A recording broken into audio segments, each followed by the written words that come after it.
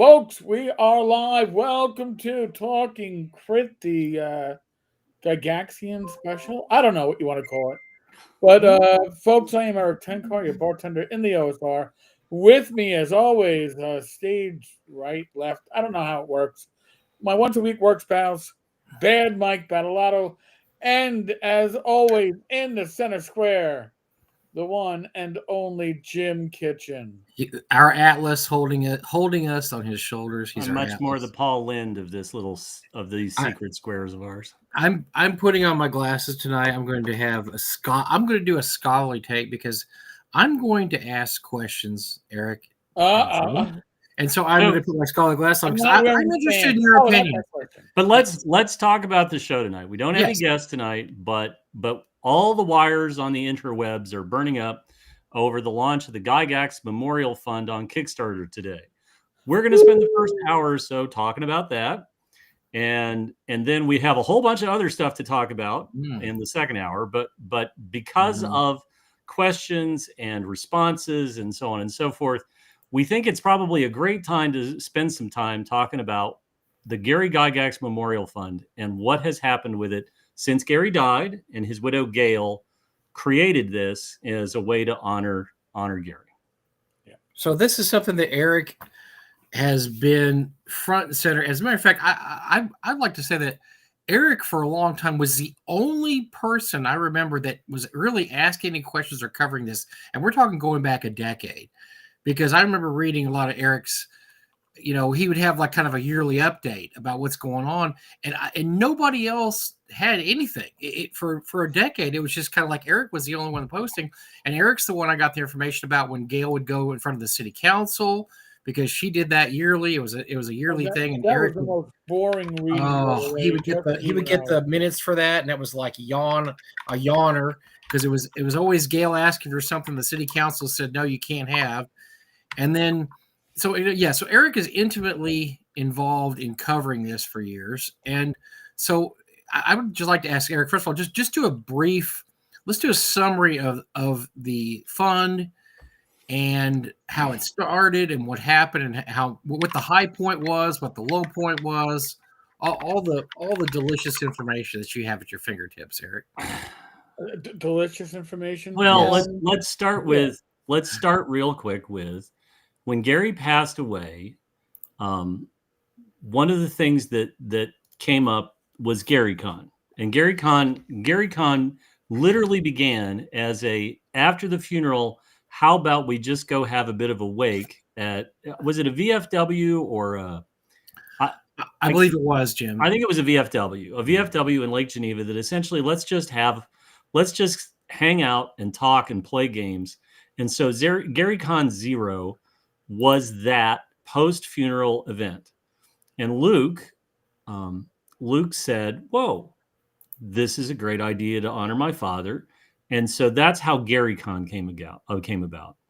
But Gail, Gary's widow, wanted to do something different and wanted to have something that would give people who came to Lake Geneva and so on a memorial for Gary Gygax. And that's how it started. And I think it's very safe to say that after Gary died, there was a real heartfelt, there was a ton of emotion in the community because Gary had been sick, but Gary, like Gary was one of those people that you just didn't expect to pass away, right? Someday Mike Carr is not going to be crawling around on top secret tables at Gen Con and GaryCon, and we are all none of us are going to be ready for that. And this was the same way with Gary, that Gary was the guy that had people at his house, on his porch, was willing to play games. His address wasn't hidden. He was much more open and approachable than perhaps maybe even some of his family wanted, but he just was gone. And it was really, really hard. I think a lot of people were surprised when he died. I think a lot of people, when Gail announced the Gary Gygax Memorial Fund, it made perfect sense to try to do something to honor Gary that would be in Lake Geneva. And that's how it started. And WotC was really the first corporate person to get behind it. They had the auction the next year, I believe. They had a portion of the. I don't know, Jim. You might know that better. How do they figure out what went to the? So it started, and Eric, you can jump in and correct me here, but it started with private donations. That Gail essentially said, "I'm going to create the Gary Gygax Memorial Fund. Right. I'm going to have a memorial built. We're going to collect funds. We're going to see what happens." And literally, all the money started pouring in. And these are small donations, like $20, $50, $100. Some people gave more than that. I have never seen a full breakdown of who the small donors are, but there were also some significant donors. Now, this is also when WotC did the reprints of the Player's Handbook, DM's Guide, Monster Manual, and a portion of those sales went to the Gary Gygax Memorial Fund. I'm trying not to jump too far ahead, but when it first kicked off, like the fund offered Cheers Gary, a collection of Gary's Usenet postings that I think, I can't remember how much this was, but there was one printing. I'm sorry, it was a limited edition of 200 done in 2011 to raise money for the fund, and so selected and edited by Paul Hughes. This is signed by Gail and Paul. It's one of the few tangible things that the memorial put out as a sale. And at the time, it was, there's going to be more things like this. Now, I think we can have a sidebar about Gail and Gary's legacy, but let's just stick to the memorial, and maybe in about 20 minutes or so, then we'll talk about what happened with Gail and Gary's properties and so on. Well, the probably the high point of the fund, and Eric can talk on this, is the year after Gary passed, the auction, the Gen Con auction, put aside a chunk of money for the fund. That's really where the fund began, right, Eric? In terms of they had a substantial donation. It was the beginning funds. It was the auction, and it was the AD&D 1E reprints. I believe the reprints paid out over a course of 2 years. And by the way, I always had a question for drive-through, because when you buy the print-on-demand reprints or the PDFs, they still say a portion of the sales goes to support the fund, but I don't know. Maybe it's a question for WotC, but other than that, I mean, that's where the initial seed money came from, and then the fund apparently got some significant money from some private donors. And we're talking about so at that point, 10 years, 15 years ago, whatever, it was over 200,000, right?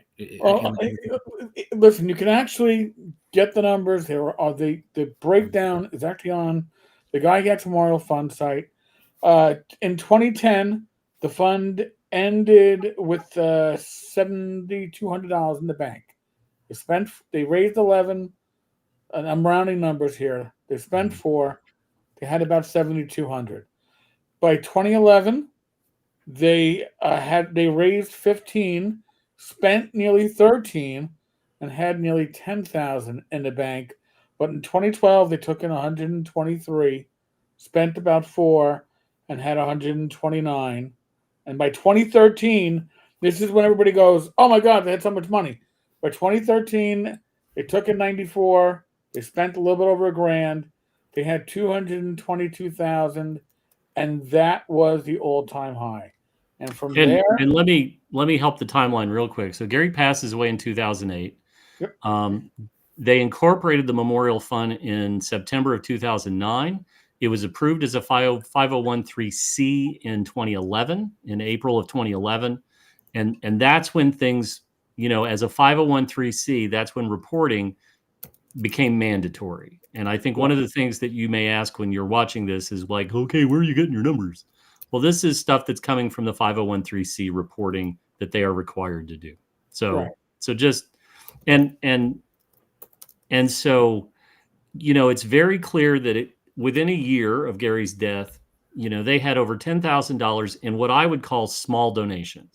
And I do mean like mom and pop, his and hers, gamers, people just essentially said, gosh, I'd like to see a memorial to Gary. And they wrote a check. And they wrote a check for whatever they could. And so I don't mean big corporate donations. I don't mean single big checks. The 10,000, 15,000, those small, that initial 2 years worth of funds, that's really represented by people who felt the loss of Gary in their lives, realized what Gary had done, and really wanted to try to help secure his legacy. I always say that North Texas, sometime in that time period, donated $1,000. That was from Doug. It was made in the donation was made in the name of the North Texas RPG Con. So, there was a few maybe bigger donations here and there, but you're right, Jim. It was mostly just $20 here, $100 here, maybe even less. People just saying, look, we'd love to see some kind of memorial to Gary, and this just sounds awesome. I don't know if back then people were expecting a statue, a plinth, a marker, whatever, but they just wanted something, right? It was something that would memorialize Gary, and it would be in his hometown of Lake Geneva. Yep. And I think a lot of people, I think you got to give Gail some slack. She lost her husband. She lost her husband of however many years. I know almost a couple of decades, maybe more than that. But she lost Gary, and when she lost Gary, how do you deal with the people that want to show up at your house that want to sort of remember your dead husband? She was not sure exactly what she wanted to do, but then she sort of got some direction and decided to go in that direction. And that direction led her to a statue and raising funds to put a statue in the park in Lake Geneva.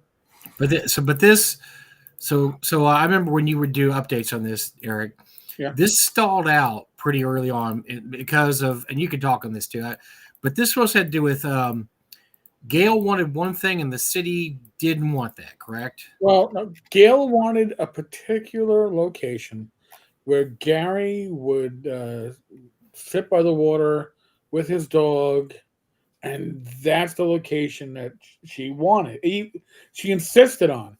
And early on, the city was like, yeah, we're okay with the idea of a memorial, but no, the location that you want isn't the location that we're going to approve.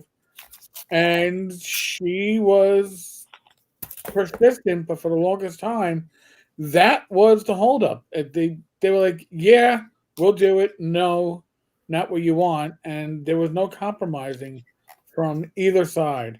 And I don't believe any of the compromising happened until Paul got involved. She would go in front of the council every year. And we used to read the Lake Geneva Times or whatever. They would have an article, and she would make the same presentation, and they would shoot it down every year. And this is this kind of a thing that went every single year. And so really nothing was done for a long time. And then of course there was the infamous unveiling of what she thought the statue would look like. And I don't think a lot of people were pleased with, or that didn't fit their idea of what they thought a memorial or statue of Gary would look like. It wasn't a statue. It was a bust. Yeah. It was Gary's head that was going to be done in bronze by the same sculptor that did the Arthur Fonzarelli sculpture. And that got a lot of derision just because of that fact. But it wasn't a great looking sculpture, but obviously monies were spent on getting that planned out, getting a draft of it done. But I guess she needed something to show the city more than just we have a plan.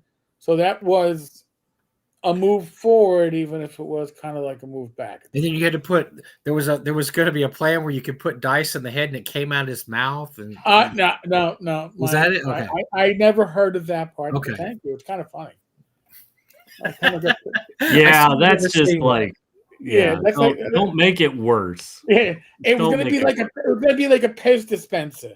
And the dice rolled out of Gary's mouth, and it was 2 20s. Yeah. God. So that's how it stood for a while, and there was all kinds of little shenanigans here and there. Like at one point, it's well known that Gail pulled all the licensing for any of Gary's let's save that. Let's save that. We'll talk about that's what I was going to say. I'm just I'm just going along the timeline that really not a lot was done. It was just kind of a lot of fiddle farting around for quite a while. There wasn't really anything done towards this except her going to the council, getting shot down every year, and like you said, then Paul got involved and things changed. How long ago was that? Was that 2019, 2018? I can't remember. Here, let me actually look at the. I should be able to tell. So the other thing is that the other thing that doesn't help. So there's with the Gygax Memorial Fund, there's a pre-Paul Stormberg and a post-Paul Stormberg's involvement. Right. And I think the best thing to say is that Gail has had a number of health problems since Gary passed away, and at one point, didn't she have her sister involved with the fund? Oh yes, her sister and her brother-in-law. Yes. And so at what became very frustrating for most people, I think, who had given money to the memorial, is that they saw sort of the same cycle repeating itself, which was Gail going in front of the board, asking for the thing that they had said no to previously. She would ask again, they would say no, and it just seemed like it was an endless circle that was just generating some fees here and there. It wasn't. Paul joined as a vice president in 2019. Okay, so it was 6 years ish. 6 years, yeah, and I believe that Gail's sister is still, as of 2023, is still on the board. Right. So Paul had helped Gail sell a lot of Gary's file copies of things. After Gary died, there was a series of Stormberg collectors trove auctions. So he and Gail had a working relationship. He had documented the things of Gary's that Gail had kept. Paul has had several auctions and sold a lot of things. I don't want to get into all the legal stuff, but Gail, essentially with the Gary Gygax Memorial Fund, it seemed like things were just in a bit of they were just treading water. They weren't getting any closer to actually erecting a monument. They weren't getting any closer to getting the statue done. There were updates periodically that they had talked to the statue designer and so on and so forth. But there was mostly radio dark and nothing being communicated. Now, I was friends with Gail Gygax on Facebook all through this period. And she would go for months without a comment. And I have all of my correspondence. I've mentioned this previously. I have all this correspondence with Gail where I'm like, you just have to tell people things. You just have to tell people what's going on. And Gail felt that after a period of time, she really felt like she was a bit persecuted by the very people that were missing her husband. And right or wrong, she said there were threats, that she wasn't safe in her house, that every time there was an update, this just sort of drew some fire her way. It's very, very unfortunate, right? And Gail's health has, again, not been very good for the last decade or so. But Paul stepped in to try to help. Now, again, Paul had a working relationship with Gail. He had sold a lot of Gary's file copies of things. And so having somebody on board with this, there are a number of things that came out of this relationship, or Paul joining the Gygax Memorial Fund. Number one, they did the map of Lake Geneva, so you could sort of figure out where you could go to see where TSR used to be, and so on and so forth. They got an appendix in the Lake Geneva Library, which is fine. But a lot of the more, I would say, a little bit out there things, like the initial statue, that slowly went away, and that slowly went to the wayside because it finally became clear, I think, to all parties that the statue that Gail had originally envisioned was never going to happen in the location that she wanted. Yeah.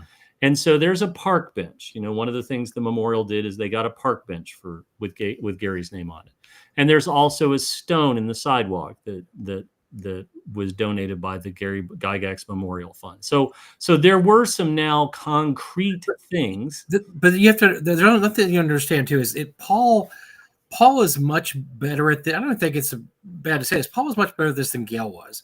because from what I heard and from what people would say, Gail got crossways with the city council, and these small town city councils, you've got to glad handle them, and you've got to talk to them, and you've got to be friends with them, and you've got, you know what I'm saying, you've got to get to know them. And early on, Gail really, that her attitude really put them off. And I heard from more than one person that as long as Gail pushes this idea, it will never get done, because that's how much the city council detests her. They just didn't. I would say a couple of things there, like this. Now, this is the natural segue, I think. So, Yes. So Gail, there's a back history here. I'll try to keep this brief, but Gail, when Gary died, Gail became very protective of what she felt her husband's legacy was. We've talked about it a couple of times tonight. We've talked about it previously in the past, but Troll Lord Games had the license to publish the Castle's Gygax, and I always break my tongue trying to pronounce all the ways they spelled it to not spell Gygax. But they had published several things, and were getting ready to publish more. And when Gary passed away, Gail essentially said, I could go into my notes with Gail and see exact words. I won't try to do that now. But Gail essentially said, I'm not comfortable with it. I'm really paraphrasing. I'm not comfortable with this relationship, and we're ending it immediately. You have a month to sell your stock and then destroy it. And this came out of left field. And this really, really, I mean, if you talk to Steve Chenault, I think the scars from this run really deep. Jeffrey Talanian was part of the fallout of all this. There were a lot of people that were very disappointed, and there was a real, like, okay, what's going to come from this, right? Does this mean we're finally going to get a look at Gary's Castle Greyhawk, like, et cetera, et cetera? And unfortunately, Gail's reputation at the time, that she was argumentative and that she would get sideways with people in her efforts to protect things. And more than once, she alluded to how she wanted to protect his legacy for Alex, her son by Gary, who is the stepbrother of the other Gygax children. Actually, she's the half brother. He's the half brother. He's the half brother. Yes, yeah. I'm sorry. He's the half brother. Apologies. So there's a lot of things at play here, but very quickly, Gail's control over the legacy of Gary, it essentially just gets locked down into nothing. Wasn't there a project at one point the Gygax Memorial Fund was going to do reading for kids in Wisconsin? Isn't that? Oh, there was a lot of things that are. If you look at the tax returns, they were going to do readings. They were going to do a scholarship fund. I know Fugly asked about that. Right. They had all these things listed as potential uses for the Memorial Fund's money. I don't believe her at one point. Gail and her sister went to a lot of schools in Wisconsin. They were looking at trying to make D&D some kind of a after school reading program or something. I mean, they had a lot of different projects that just kind of. There were a lot of, we'll call them a lot of ideas thrown at the wall, and none of them stuck. No. And unfortunately, we have no idea how much money was spent on any of these sort of projects. The ones that have actually yielded something you can see, you can go to the Blake Geneva Public Library and see the Appendix N. You can go sit on the park bench and you can go see the stone in the ground. And that's it.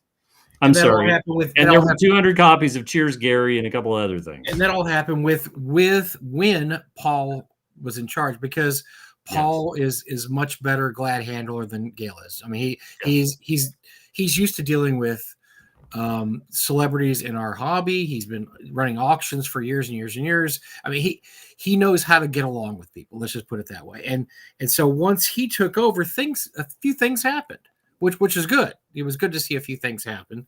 And a few positive things. I mean, okay, it's only a bench, but it's something. It's a move forward, and something's being done. And that's what you need with a project like this that has been in limbo for so long.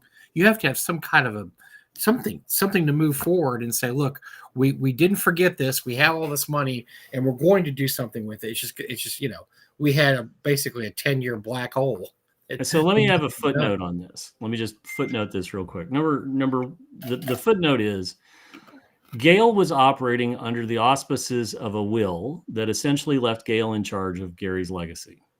And so, among the things that were done were selling off all of his file copies, selling off the cover for the Player's Handbook, the original art by David Sutherland. A lot of things happened. And then a few years ago, there was a lawsuit from the other Gygax children, because it turns out, of course, there was, in fact, another will that left all of the Gygax children. I'm paraphrasing, don't hold me to this, but there was essentially a will that Gale did not have the right to do all that the other Gygax children were a consideration in that will. And so since that will, there have been no more online auctions of Gary's things that Gale has in her possession. The court ordered that any future sales have to actually go through the court, that the estate was undervalued at the time, and I have no idea what penalties were incurred in that case, and so on and so forth.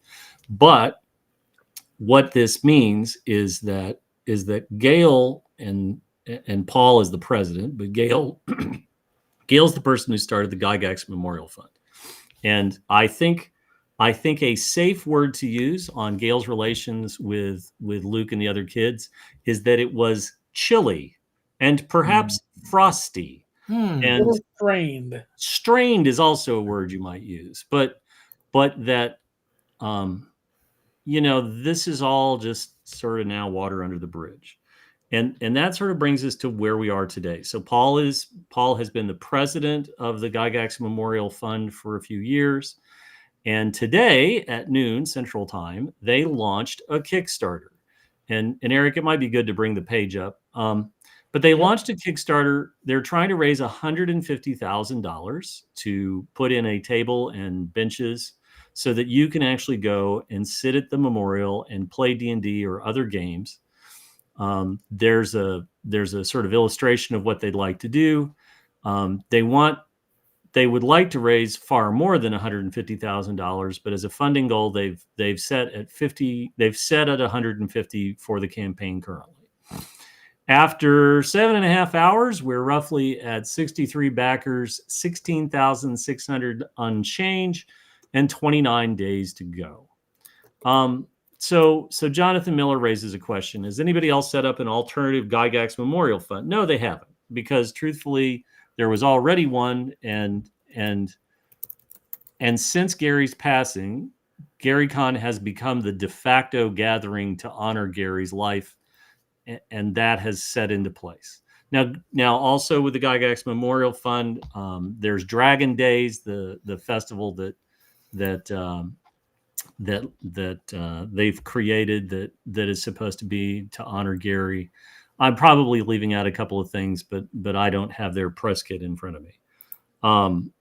I think that we all knew about this was coming. We knew that there had been talk about them wanting to raise money and do a Kickstarter. As you can see, the design pictured is certainly not the design that Gale originally submitted of the statue with Gary and so on and so forth. It's there's nothing objectionable about this. It looks good. I don't think any gamer would have a problem with what they came up with on this. More importantly, the town council of Lake Geneva didn't hate it on site. No. And they thought that it was actually okay and fairly reasonable. Mm-hmm.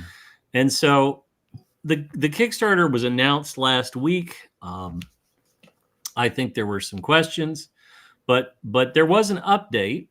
Paul did do a bit of an update after there was some discussion in the morning, and mentioned that at least one large donor had received a portion of their funds back, and that donor essentially had requested a refund based on the initial statue not going forward and nothing having been done in the time since they made the donation, or they had made the donation and nothing seemed to really be happening.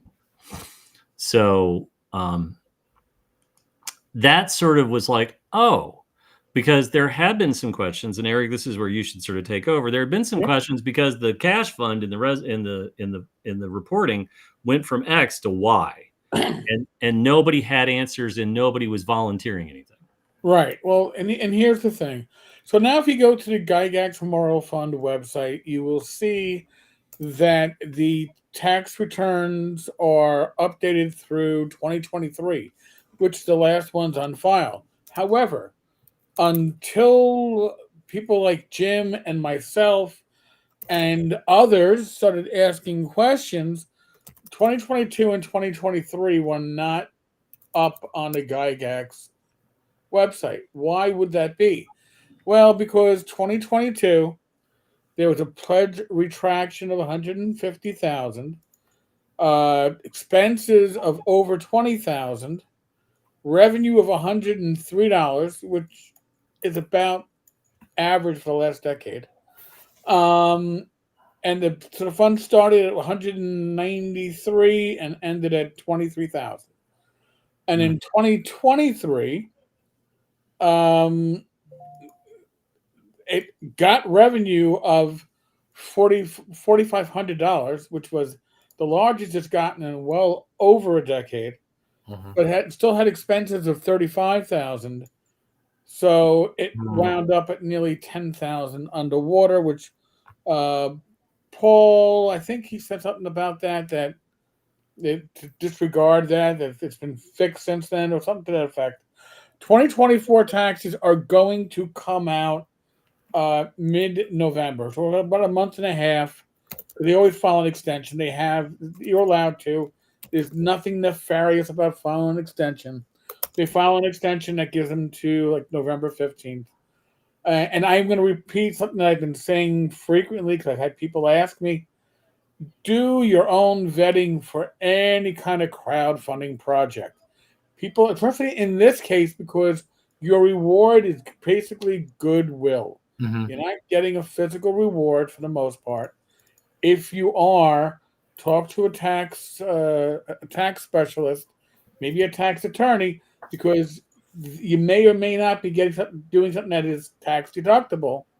It is tax deductible if it's a donation, but if you're getting something back, it becomes a little messy. Do your own vetting, folks. Jim has done a great background on this. I've done a big background on this. There's others out there, but there's nothing better than your own eyes. I've already linked the ProPublica, links. You can look at the returns, look at the Section O, see where they say this money would normally go toward, including scholarships and schools and getting people to understand who Gary Gygax was. This is all stuff that is listed in the Section O. Yeah, but you don't just rely on people on the internet to tell you. Look at it with your own eyes. I'm going to link the Gygax Memorial Fund yearly profit and loss right now in the chat, so people can look. Again, the last 2 years of this was not up there because that showed a loss and then a negative balance. I don't blame Paul for not doing it earlier, and I will say this: the reason why you even have it up on the website at all, even if it was lagging, is because of Paul. Gail never shared it. You had to go to ProPublica. And it's not a legal requirement. Before anybody says anything, the requirement is if you ask, they must give it to you. But this is what everybody wants: is transparency. So I am glad that the fund has updated for the last 2 years that have been lagging behind. And I will say this: when I was doing deep research on this last week, ChatGPT told me that this week the Kickstarter would be launching. Just saying. and I think an important note here is that the questions that all of us had, right? And I've asked the question that Paul has not answered yet. One of the things that I think everybody would like to know and have some transparency on is the percentage of the cost or the VIG or the load, whatever term you want to use, like how much of the money raised with Kickstarter is going to go to the memorial and how much is going to go to administrative costs or so on. And so, Kickstarter takes a percentage of every dollar raised through Kickstarter. And I believe, what is that, 15%, 18%? I think 15%. I think between Kickstarter and the fees to the payment processor, you're looking somewhere between 11 and 13%. Sure. Whatever it is, it's a percentage that comes out of the top. And so let's just say it's 13%, right? So that percentage is going to come out of whatever monies are raised and when those funds are collected. But Eric is the person who was still trying to get people to understand that there wasn't anything really going on with the Gygax Memorial before Paul. Yep. That there seemed to be a lot of let's go in this direction, but I want to do this and this and I had numerous conversations with Gail via Facebook Messenger, which, by the way, keeps your messages forever. So I can go back to my discussions with her in 2007 or 2008, 2009, 2010, and so on, which was, hey, you did one printing of Cheers Gary. Why don't you do another printing, a larger printing of more than 200 copies? Okay. And nothing came of it. And they can sell 1,000 copies easily. By the way, I looked it up. Kickstarter takes 5% off the top. Stripe takes another 3 to 5%. So figure 10% because you're going to get hit at the higher end. So Jonathan Miller asked a question. Let's talk to this because Eric, Mike and I had a very good conversation before the show. So if you go and you dig through ProPublica, you can find all the documents that we've looked at, that we've read, and so on and so forth. So the people who donated to the Memorial Fund, who made large donations, their information is there. You know what? They made those donations not expecting to have strangers on the internet looking them up and looking at that information. And you're not going to get any of the names from the three of us tonight. Yeah. Because these people acted in good faith trying to fund a memorial to somebody who changed their lives. So we're not doing that. And if you have burning questions in that regard, I wish you all the best, and you too can hit the internet and go figure it out. But you know what? It doesn't matter. It doesn't matter. WotC didn't ask for their money back, and they were very generous at the time. I think everybody who made donations to the Gygax Memorial Fund and everybody who backed to the Kickstarter today, the number one goal is they would love to see the guy who changed their lives honored in some way, shape, or form, that if they get to Lake Geneva, there's something there. Gary is, without a doubt, the most famous person from Lake Geneva, Wisconsin. It wasn't the Playboy Resort that put Lake Geneva on the map. It has always been the let's go out by train from Chicago and go have a good time on the lake and so on. But have no doubt that Gary's impact on Lake Geneva and Dungeons and Dragons' impact on Lake Geneva, for decades, they ignored it and tried to hope it would go away. But they've now figured out that actually it does actually, it has some importance and weight with the community. Gary Con fills every conceivable hotel space for 15, 20 miles in any direction. It sells out what used to be the resort, the Playboy Resort, the Marcus Resort. There's Dragon Days, which is this week. There is Egg Con, which honors Gary's birthday. We've talked about this. You have no less than 3 different events in Lake Geneva trying to just make sure that if you are close or close enough and you want to travel, there's almost something every quarter for you to go to Lake Geneva, walk around, go see Sheridan Springs, go to the next door pub, go see where the Dungeon Hobby Shop was. You can do all of these things. You can go see the house, Yolanda, that owns the house that Gary wrote D&D in. You can do that, and that's great. All of us, wherever we were in 1978, 79, 1980, 81, all of us got our basic set or our books and our modules, and we saw on the back that all of this stuff came from some place we had never heard of called Lake Geneva, Wisconsin. I I can't tell you, the first time I got to Lake Geneva, Wisconsin, I went around all of these places because I was just so excited to finally see where it all was. And I remember driving by, TSR was still there, and I remember driving by, and I just thought to myself, holy shit, like that's it. That's where all this stuff came from. And you know, like you want to run up to the door and you want to knock and you just want to say, I just want to see it. I just want to behold all this. And that's the same feeling that drives the Gary Gygax Memorial. If you want to honor Gary, if you'd like to have something tangible in Lake Geneva, this Kickstarter is a great way to do that. And you can throw money at this Kickstarter, and thankfully, thanks to Paul Stormberg, you're actually going to have a shot at getting a table and benches in some place that isn't just a bench with his name on it, like every other memorial bench in every other park in North America, or a stone in the ground that you can take your picture of. There is a grave for Gary in one of the cemeteries in Lake Geneva. I've been there twice, and the hardest part for me is both times that I've been there, both times that I've stopped and I've gotten out of the car and I've gone to go look at it, people leave dice on Gary's grave. Mm-hmm. And people leave, like oftentimes the 20 is nat 20. But they leave their old dice on Gary's grave. I can't imagine how Gail or whoever it is that cleans the grave, I can't imagine how this just gut punches them when they do it. Because that thing has always been covered with dice. You've always got people making this pilgrimage to Lake Geneva, and there should be a better way to honor Gary.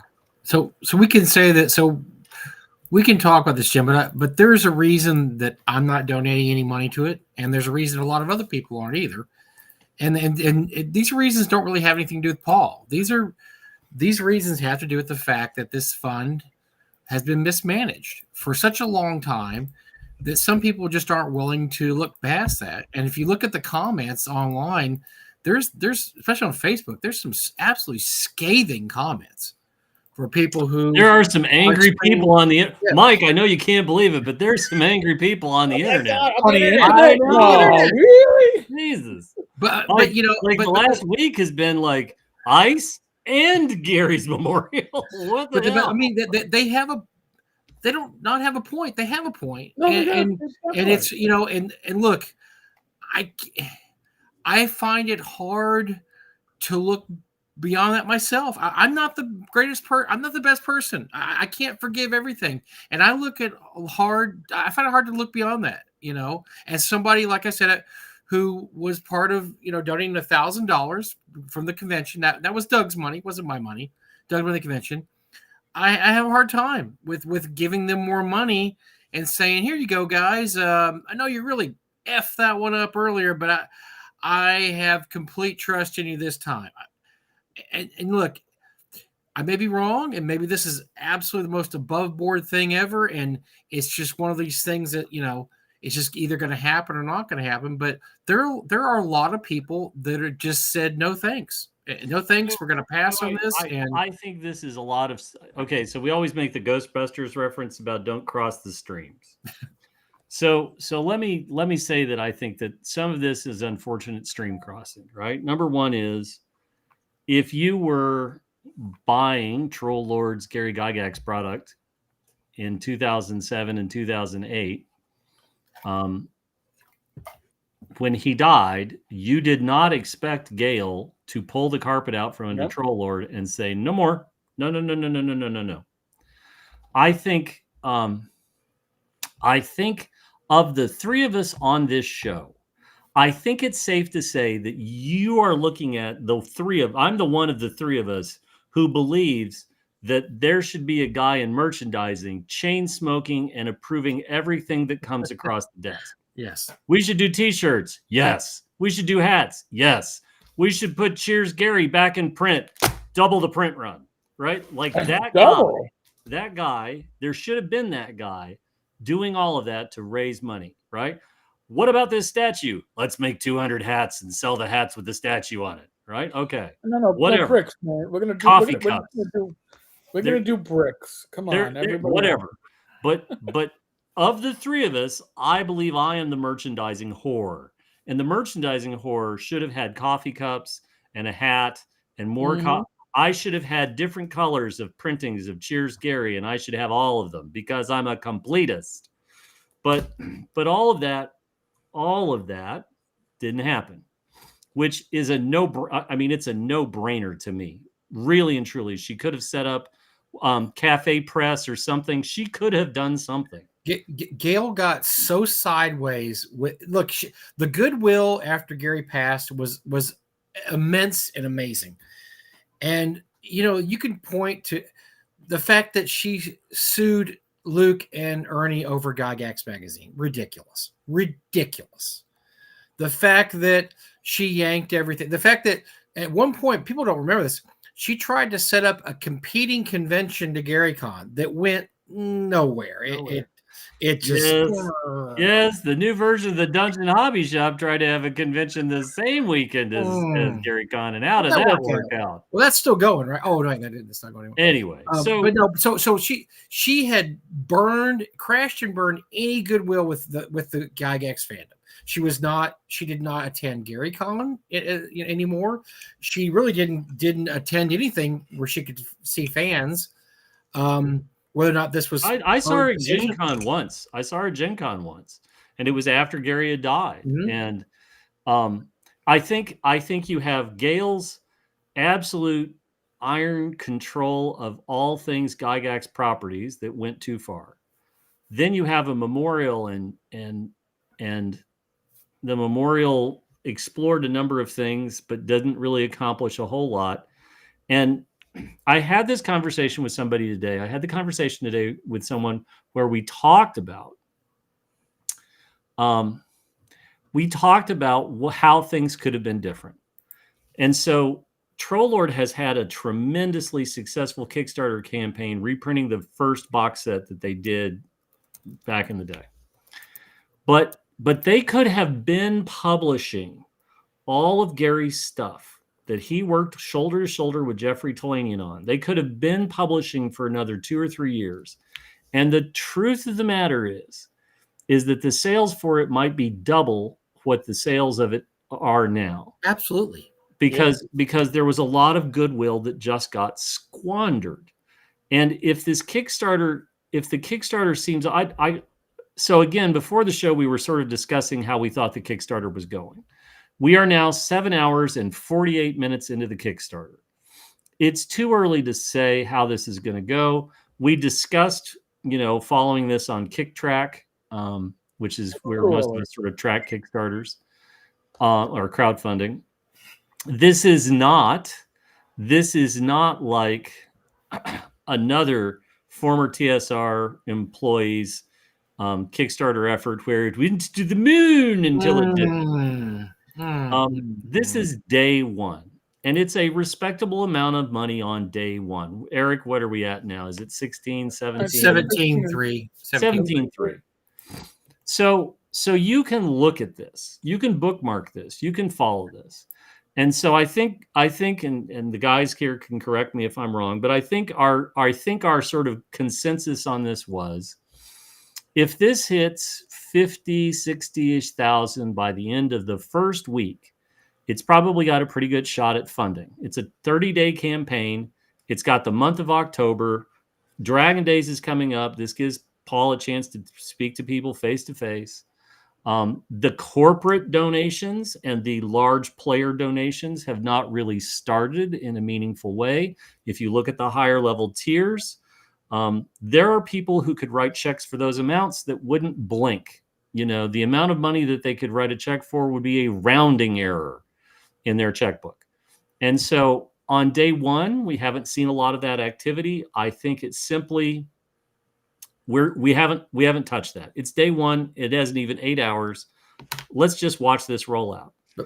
But Jim, how much permanent damage has been done by the mismanagement of the fund until Paul took over? I think that's what we're looking at here. And I'll make a comparison. Let's say your favorite sports team is terrible and the ownership's awful and it's been awful for years, and then they sell it to Group B. Group B takes over. okay, we want you guys to buy season tickets because we're going to take over and we're going to bring this franchise back to glory, and we're going to go to the Super Bowl, this and that. There's going to be a lot of like, yeah, we've been hearing that for 20 years. Nothing's happened. We're going to wait and see. We want to wait and see what happens before we go buy season tickets or boxes or this or that. And there's just that period of, we just don't trust anybody. We don't trust anybody right now. I think what people need to see, right? I think Paul has put together a great presentation in the video, and God love his heart, he was in the comments on my post last week and made several long replies, including a copy paste. Thanks, Paul. But never got around to actually answering my one question I had about the administrative load costs. But fine. I think people are in a bit of wait and see. I think there are people that want to take advantage of the things that he's offering. I think Paul did say something to the effect of there will be a thank you to all the people who actually donated originally, not just through the Kickstarter, but for people who donated along the way. And I think that this has been an uphill battle on many different fronts. Is this a better memorial than the statue? Yes. Mm-hmm. Is this something that people might use? Yes. Is this something that, frankly, young people might deface with graffiti or do other things on? Oh, hell yes. But it's probably the best memorial to Gary Gygax that we're going to see in our lifetimes before another 17 years goes by. But if for some reason it doesn't fund, that's not anything against Paul. No, because for anybody who has problems with Paul, he's the only one that's ever gotten anything done concerning the fund. But I have a feeling that he's just going to suffer, or the fund's going to suffer because of what went before. I don't know if you can get past that with some people. And look, some people are always going to be pissed off, right? It's never going to work out for them. But there's enough people on the fence here. I'll give you an example. The only Gygax that I've seen comment on is Alex. Alex Gygax gave it a thumbs up and said, "Hey, this is great for my dad. You do this, that." I haven't seen anything else on the board. He was on the fun board. You'd hope he'd say that. And folks, I'm going to throw something out there. Two things, real quick. It's a Kickstarter, which means if it doesn't fund, they're not going to take your money. Yeah. So at least at the minimum, it's going to raise $150, less than 10% to Kickstarter, and to be $135 minimum to the fund to have something happen. So it has to reach that point, 150, or nothing happens. However, if you read the Kickstarter, it does say the material is going to cost $180,000. Ballpark for the granite, the bronze, whatever.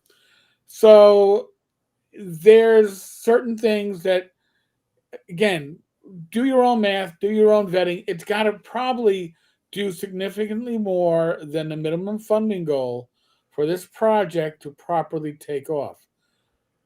If you want to be part of it, I'm not telling anybody what to do.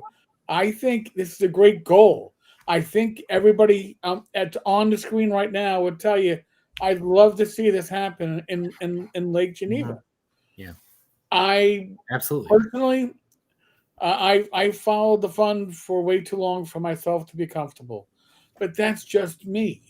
Again, do your own research, do your own vetting. Yeah, this is a personal decision. Everybody has to make their own noble goal. Right. I have my own baggage. No, absolutely. I agree with I would never. This is not something I'd ever give somebody hell about for backing or not backing. Because this is, in the end, this is a personal decision based on how you feel. I know some people have a lot of ill will towards the way this fund was run. And look, and they deserve to have that ill. That the ill will is well deserved. It's well deserved. This is not the same person. This is not the same management. This is under new management. This is under new management. But I still would not give anybody hell for not wanting to trust him or want to give money to him. I understand why. I understand. Let me throw out a couple of things, right? Gail Gail Gail had a relationship with Gary that is fundamentally different from all the other people in Gary's life, except maybe Mary Gygax. You know, Gail married him. They had a son. She was his wife. She had to endure lots of strange people showing up at her doorstep and playing games with her husband, and that cannot have been easy to somebody who was not a gamer in any way, shape, or form. She's had challenging health issues. After she died, she made a number of decisions that I think in hindsight we can look back and say were probably not the best. But she was trying to do all of this from a position of protecting assets for eventually her son. And I go back to 10-year-old me, first hearing about Dungeons and Dragons. I was 10 or 11. I got it when I got it for my 12th birthday. And it changed my life completely. Like, there's nobody watching this show, on this show, who will see this show where what Gary set into motion didn't change their lives.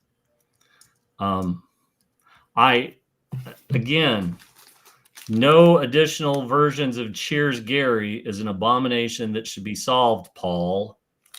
But right now as it is, we have Dragon Days, we have a map of Lake Geneva, we have an Appendix N section at the Lake Geneva Library, we have a bench with a plaque, and we have a stone in the ground. And if this doesn't fund, if this doesn't succeed, we are no closer to anything else than what we've got right now. I have watched people for the last 16 years go from I want to throw money at this, I want to support this, to what's going on with my money, to you're making what kind of statue, to why aren't you saying anything? And let's be honest, some of the most vociferous voices about this have been, that guy, Eric, Tim Kask, and other people who were very familiar with the situation and very frustrated by the situation. Are we in the same place? No, we are not. Is this the same thing? No, it's not. But just like religion and sex and politics, it's your choice. What you do with this is your business. It's nobody else's. If you want to donate and you want to post about it on social media, you can. If you want to donate and not tell anybody, that's your right. If you don't want to donate and you want to make all sorts of posts about it, have at it. The internet is filled with angry people who yell at the clouds. You'll just be one of them. And if you don't want to donate and not say anything about it, well, that's just fine too. But we've spent almost an hour tonight talking about this. It's gone up incrementally since we first started talking about this. It's going to keep going up incrementally. Again, we haven't seen heavy hitters, and we'll see what happens. But I have a couple questions I want to ask before we start. Sure, go for it. And I'll ask both you and Eric. How important, or is it even important? How important is it to get heavy hitters on board? By heavy hitters, I'm just going to throw some names out there. Luke Gygax, maybe some WotC people. I don't know, Chris Perkins and Crawford. I mean, is it important that Paul gets a few of these people? I'm sorry, but I don't believe what names you write that throwing check any day. Right, the very people responsible for making fun of the old timers are not the people who's going to be writing. No, I realized my mistake as soon as those words crossed my lips. But okay, let's turn back time. Somebody like a Tim Kask or a Luke Gygax or somebody that still is connected to the old school gaming. How important is that to get somebody on board and say, look, I'm backing this. Here's why I'm backing it. And here's why you should back it. Or is that something that doesn't matter? I think number one is with every sales goal, and don't get me wrong, this is a sales goal. With every sales goal, you have to start having some success to get more success, right? When you are out of a divorce and you are going to get started in the dating world again, it's an insurmountable hill until you get the first date. And then you get another date, and then you get a date, and then you don't think about it and everything goes on. There are people who show up every year at GaryCon who are real celebrities. We don't have to go through all the names, right? But they are actors, they are stage performers, they are instrumental in the role of Game of Thrones. There's any number of these people. And all it takes is one of them calling everybody else or going into their group chat, because they've got to have a group chat, and saying, hey, I'm going to throw $5,000 at this. How about you? And Vince saying, sure. And the Big Show saying, sure. And Tom Morello saying, yep. And Luke saying, okie doke. And if you get 6 or 7 guys to throw $5,000 at this, all of a sudden you got $35,000, $50,000, and you are a third of the way to being funded. And look, we don't know. We don't know that Paul hasn't tried to do. We don't know. I mean, I don't know. We don't know anything. But the highest tiers are still untouched. On the first day, they're untouched, which means that there'll be some glad handing and phone calls and conversations and so on and so forth over the course of the next week to try to get some momentum going into Dragon Days in the first weekend. Right. And that has to happen. That will be happening. That's probably happening as we speak. And we'll watch over the next week or so as these things start to tick in and some of the higher donation tiers start to fill in. We'll see. But are they going to do it? I don't know. Come on. Again, the amount of money that they could throw at this that would be big to all of us on this channel and big to the people in the comments is, again, a rounding error in their salaries for projects that they're working on. Don't get me wrong. It's still real money, and they will be like, but are they all going to write $25,000 checks? I don't think so. But they might all be willing to write $2,500 or $5,000 checks. And that would be great. I have seen unbelievable generosity. Chris from Titmouse donated 30 plus pieces of original art to the GaryCon auction to raise money for sick kids of Children's Wisconsin. He didn't have to do that, but he did.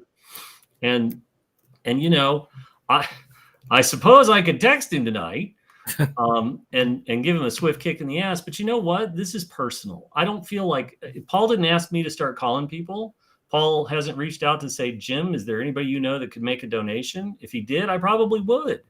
Just because I want to see something done. I want to see something done. Right. But the long, bitter aftertaste in my mouth of the first, call it 10 years of the Gygax Memorial Fund it makes it a hard thing to swallow.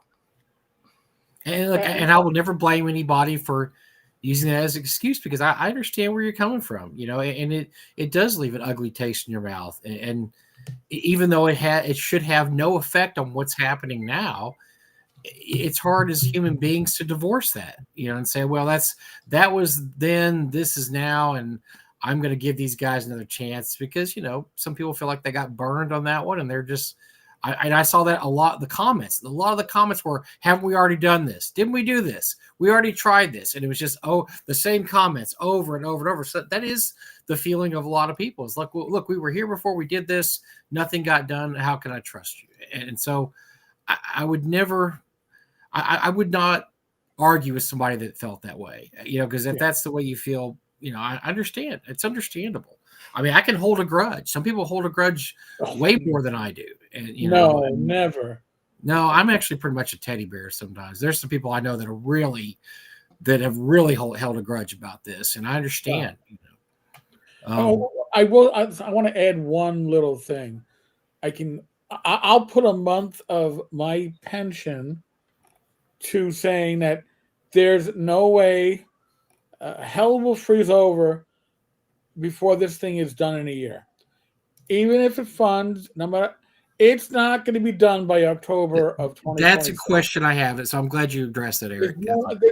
There's no feasible way, unless work is already commencing on it now, for this to get done by 2026. But there's no way that Paul could have led with, by the way, this is probably going to take 2 years, 3 years to get done, because it is. It just is. It's not going to be. I know he said in the material it'll be ready by Dragon Con next year. It's not. it's Dragon not Days. You mean feasible. Dragon Days. Dragon Days. I'm sorry. It's not feasible. It's. I tell you what, I haven't seen anything that a good water jet couldn't cut out in a weekend. I'm going to disagree with you slightly, simply because somebody's got to program the CNC machine, hit the go, pay for the marble or whatever granite, and call it done, right? I don't know that I agree with you wholeheartedly on that. I think, again, the bigger hurdle here is not the execution, it's the raising of the money. Yeah. Rob Conley made a great point in the comments, which is that it's not money that's being staked. Right? It's not money that's being staked. It's reputations. Mm-hmm. And this is exactly why there's some, if Paul calls me and says, Jim, hit your phone and start smiling and dialing, would you please, as a favor to me? Okay. But you gotta wanna do it. Right. But any project, Jim, though, especially a project like this, any project you do, there's going to be a setback. You don't know where it's going to be. You don't know where that setback's going to be. Maybe, the mold cracks. Maybe somebody is out of work for a while. I mean, there's always going to be somewhere in there you got to figure in, okay, we're going to lose X amount of time because this is going to happen. We don't see it yet. We don't know where that's going to come, but it's going to come. I personally think it's very much. I think that to say that for certain that it will be done next year in Dragon Days, I think that's tough. I think that's a tough one because everything would have to go perfect. There'd be no delays on anybody's part, no unusual price increases on anything, no people get fired or hired, and a very mild winter in Lake Geneva, Wisconsin. There's also a note here. Let me just say, somebody said something unintentionally funny. Getting any of the old timers like Cass to talk about it isn't going to bring anyone that isn't aware of the 60th. Believe me, if you get Tim Cass to talk about the Gary Gygax Memorial Fund, you better buckle in, you better brace, because there is a nor'easter that's about to land. Because Tim's fury over this, Tim's frustration is just legendary. When Tim initially, years ago, found out that I was doing this, Tim got my phone number. And I was, and when you're driving and Tim's on the phone, you just take the call because he's not gonna. You can't escape. You can't escape. You just hope that. And he's like, "Are you taking this down?" I'm like, "Rach, are you taking this down? Because I'm driving. I can't." So I mean, but yeah, it is a passion project for Tim. I mean. And let me just say that Tim Cass doesn't have a book of grudges. Tim has an encyclopedia of grudges. But there is an entire large volume in Tim Cass's library of grudges devoted to the Gygax Memorial Fund and how he has been frustrated by how it's been handled in the first 10 years. And I don't believe I'm understating that. I don't, Tim has made it very clear how he feels and how he stood on this. And yeah. And folks, when he's saying for the younger kids, okay, when we're talking encyclopedia, it wasn't one book. Okay, it was a bookshelf. It was a big bookshelf. It was Encyclopedia Britannica, and it was amazing. And you bequeathed it to your family. Like when I died, if your latest knowledge was always decades, if not generations old, because that was too expensive to replace. Yeah. So we're gonna follow this. We'll see how it plays out. We got 29 days. Oh yeah. We'll be talking about this all month. Yeah, we want to know what this. So we'll talk about it. We'll update. We have so many other great things to talk about. How's that for a segue? That's a great segue. I'm sorry, Mike. Did we answer all of your questions that you had? We did, and like I said, a lot of this stuff. Look, it hasn't even been 24 hours yet. So we're going to have to look at this in a week and then another week and another week. And, who knows? I mean, if in a week we're sitting at 20,000, we'll have a story there. If in a week we're sitting at 150, we'll have a story there. So yeah, it's just something that we're going to, we'll follow and we'll keep track of. And so no, that's, you guys pretty much covered everything that I was interested in what you guys would think about. So.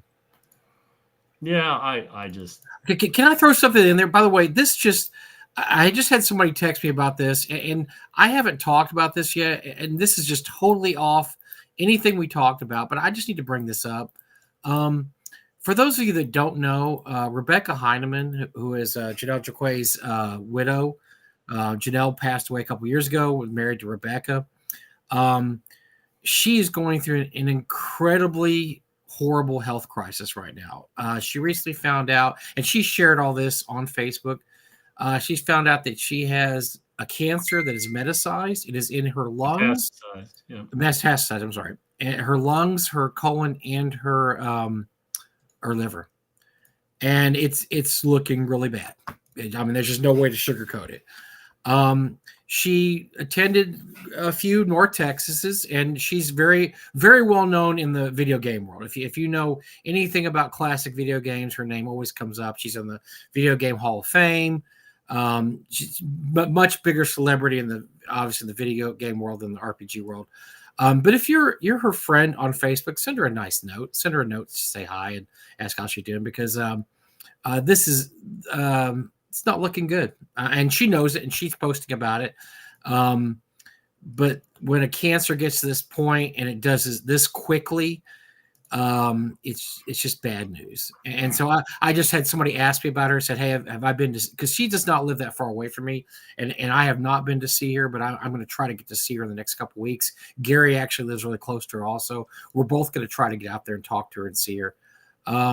But if you saw her at North Texas and you've talked to her at any point, and just to send her a message. She's answered every message I sent her in the last couple of weeks.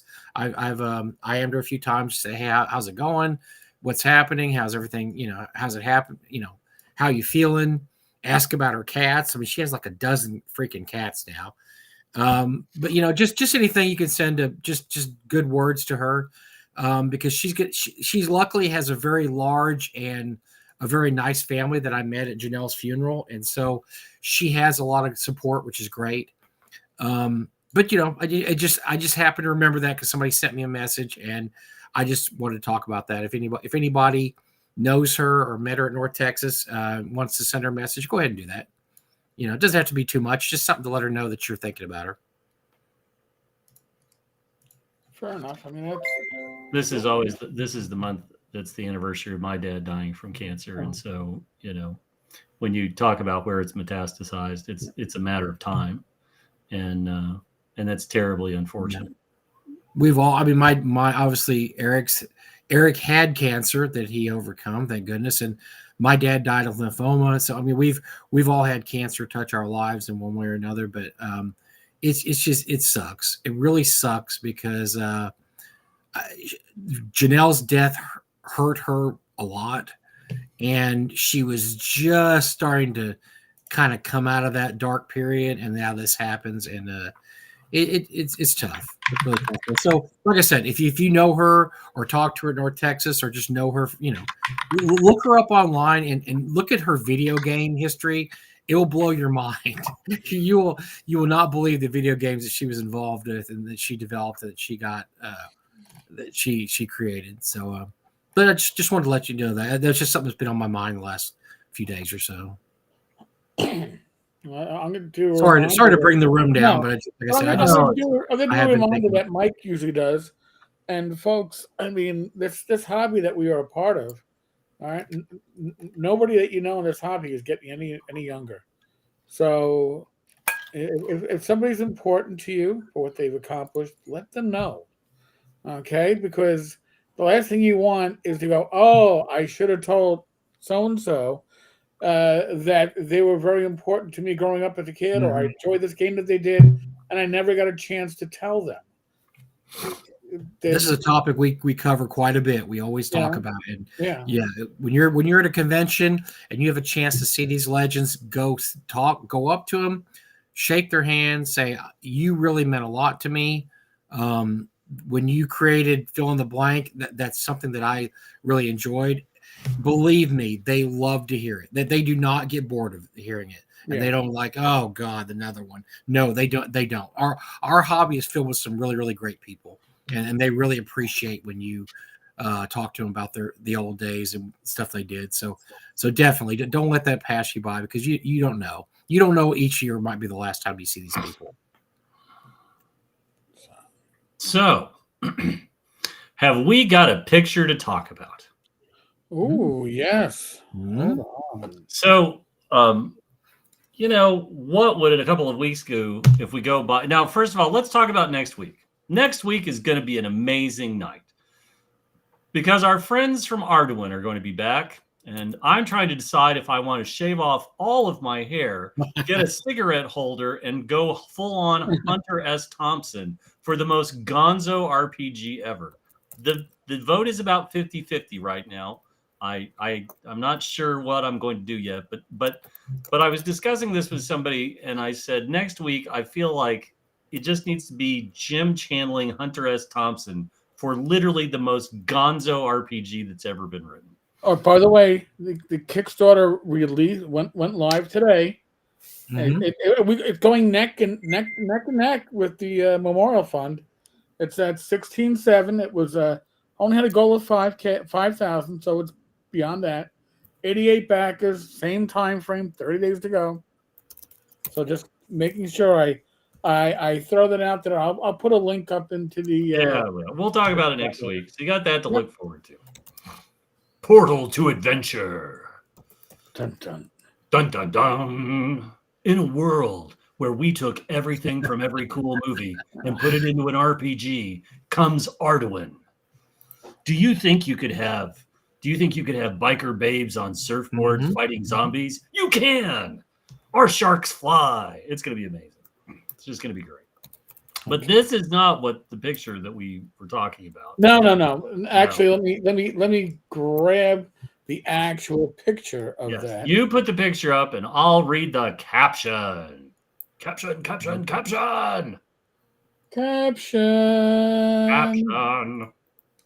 All right. Poor Eric, trapped in a world. And I know. In a world where Arduin puts sharks in the sky. Oh, there we go. All right, here we go. The smiling face of Luke and friends. There we go. So Luke Gygax shared this great picture today.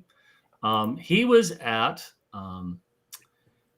playing Dungeons and Dragons at Invoke Studios, a computer game manufacturer. Now, I don't expect you to be able to figure out who's who at the table just by looking at this picture, but that's okay. He's there with Dominic, Laura, Joel, Phil, and two other people. Dan Ayub, who is the new head of WotC, but more importantly, Chris Cox, who is the CEO of Hasbro. So we've talked about this for a while, and I have stressed this again and again. Hasbro and Wizards of the Coast have figured out that there needs to be some bridge building and repair work that happens. And so that's ongoing. And this is a great example of this. They are meeting with a strategic partner who makes video games based on their property. And not only do you have the head of WotC, and you've got the head of Hasbro, the CEO of Hasbro, at the table playing Dungeons and Dragons, but strategically think about the alignment of having Luke there. And that's pretty critical. We don't have to leave the picture up. I think it's said enough. And I'm sorry, you can see Andrew Scott Perry at the. No, I want to look at Luke's rugged physique there. Chiseled features. It's chiseled features. It's swoon over that. But this is great for the one thing only. What have I bitched about the last year that you guys have heard me bitch about over and over again to the point where Jim didn't even want to talk about it anymore, is the fact that nobody in upper management of WotC was a gamer. There was nobody playing games. It was all a bunch of Amazon and Microsoft execs who were looking at number crunching, blah, blah. This is a great picture for one reason only. These guys are actually at a table playing D&D. What? Yes. Now, don't get me wrong. I know that some of our core audience can be summed up as a comment by one of our viewers right now that said, I was like, but WotC is still dead to me. Okay, that's fine. But let's remember that the WotC tide lifts all boats. And a healthy Dungeons and Dragons is a healthy ecosphere of role-playing, and everybody's going to do better. When when Dungeons and Dragons is dead as a doornail, and the normies aren't coming into the RPG store and knocking the door down, everybody suffers. And that is a key point that you should not ever lose track of. I am encouraged. The same person that I was talking about the Gygax Memorial Fund with, who will probably listen to this show, we were discussing this visit. We were discussing this picture. And there's a lot of stuff going on in this picture, right? You have Andrew Scott Perry running the sequel to Barrier Peaks that he says was his father's and that he's run at several conventions. Every time Andrew Scott Perry runs this for people from Wizards of the Coast or Hasbro, he's that much closer to seeing this in print. You have the president of WotC, who everybody, I've heard nothing but great things about from everybody who's had an interaction with him. Next to the president of Hasbro. The president of Hasbro. The CEO took the time to go to the studio and play D&D with the rest of them. This is a big step. And then you've got Luke. And I believe that Luke has also announced that Wizards of the Coast is sponsoring a fairly sizable chunk of Gary Con. Like, these are all good things. Like, these are all good things. And, you know, WotC is as invested in the Stranger Things relaunch that's coming up as anybody else. Oh, yeah. The D&D, the new box set version of the Stranger Things box set of D&D is coming. There's all sorts of licensing around that. You know, if I was a betting man, I said this a week or two ago, if I was a betting man, what they should do is they should resurrect Eddie. And then, are you ready? Are you ready? Well, where are my 1980s Iron Maiden fans? Because then we can all go, Eddie lives! And we will be over the moon. Oh, my God, yeah. Right? Right? So look, if this is staged, I don't care if this is staged or not. It could be the most staged photo in the world. It could be the most staged ever, but you know what? Because the other guys wouldn't even stage this photo. They didn't even know how to stage a photo. They'd have the books on. It'd be like one of those terrible, you know, memes. They'd have the books upside down, and they'd have the wrong dice on the. They'd have a bunch of Yahtzee dice on the table, and the books would be upside down. You know, I mean, that's how bad the you know, past manager would have been promoting this. And look, you're right. Stranger Things is coming out in November. It's the last season. It's going to be gigantic. It's going to be huge. If you've seen the effect any of the other seasons of Stranger Things had on the market, it was huge. This is going to be a huge push, and they are very smart for saying, look, you know what? We got to at least act like we enjoy this game that we put out that people play, because we have really screwed the pooch the last 3 or 4 years, guys. And I think this is you know, I don't care. I don't care if it's stage picture. I don't care if whatever. Just the fact that they are all there and they're all playing D&D, it warms my heart. It makes me feel good. At least they're starting to get it a little bit. Maybe they're starting to get it just a little bit. So the question is, how much leash are they going to give Ayub? How much time are they going to give him to right the ship? And I said today on the phone with my friend that I think that whatever the normal amount of time is, let's call it 2 years. I think because of the missteps along the way, they're going to give him 3 years. They're going to give him 3 years in the shot, because he has to clean up the mess. He has to rebuild all the bridges. He has to repair all the roads. He has to figure out a way to get them out of the mess they've made and the screw ups. And then they have to go forward. And so now there's a little bit of raging commentary. Yes, I know the studio's in Canada, but Rush came from Canada, so that argument is invalid. And Rob Conley is talking about other stuff, but come on, Dungeons and Dragons is the gateway drug. Dungeons and Dragons is the name. That's what gets people into the hobby. That's what people ask for Christmas. And then after they're in the hobby and they've discovered role-playing games, they discover all the other things. And that's okay. It does not, I mean, and Eric very painfully points out, it ain't the OSR bringing them in, kids. You know, the OSR is servicing all the people that predominantly look like us. We benefited. Yeah, we benefited, but we're not the movers and shakers. We benefited from it, obviously. Yes. And come on, right? Like the theater kids, the Critical Role kids, they're in their own ecosphere. They really are. They're in their own ecosphere at this point. They're not impacting us the way they probably once were, and they're not dictating the swings of the market the way they once were. If WotC comes out with some really solid, good product, good hits that avoid some of the own goals, if the next year is better, it doesn't have to be perfect. It just has to be better.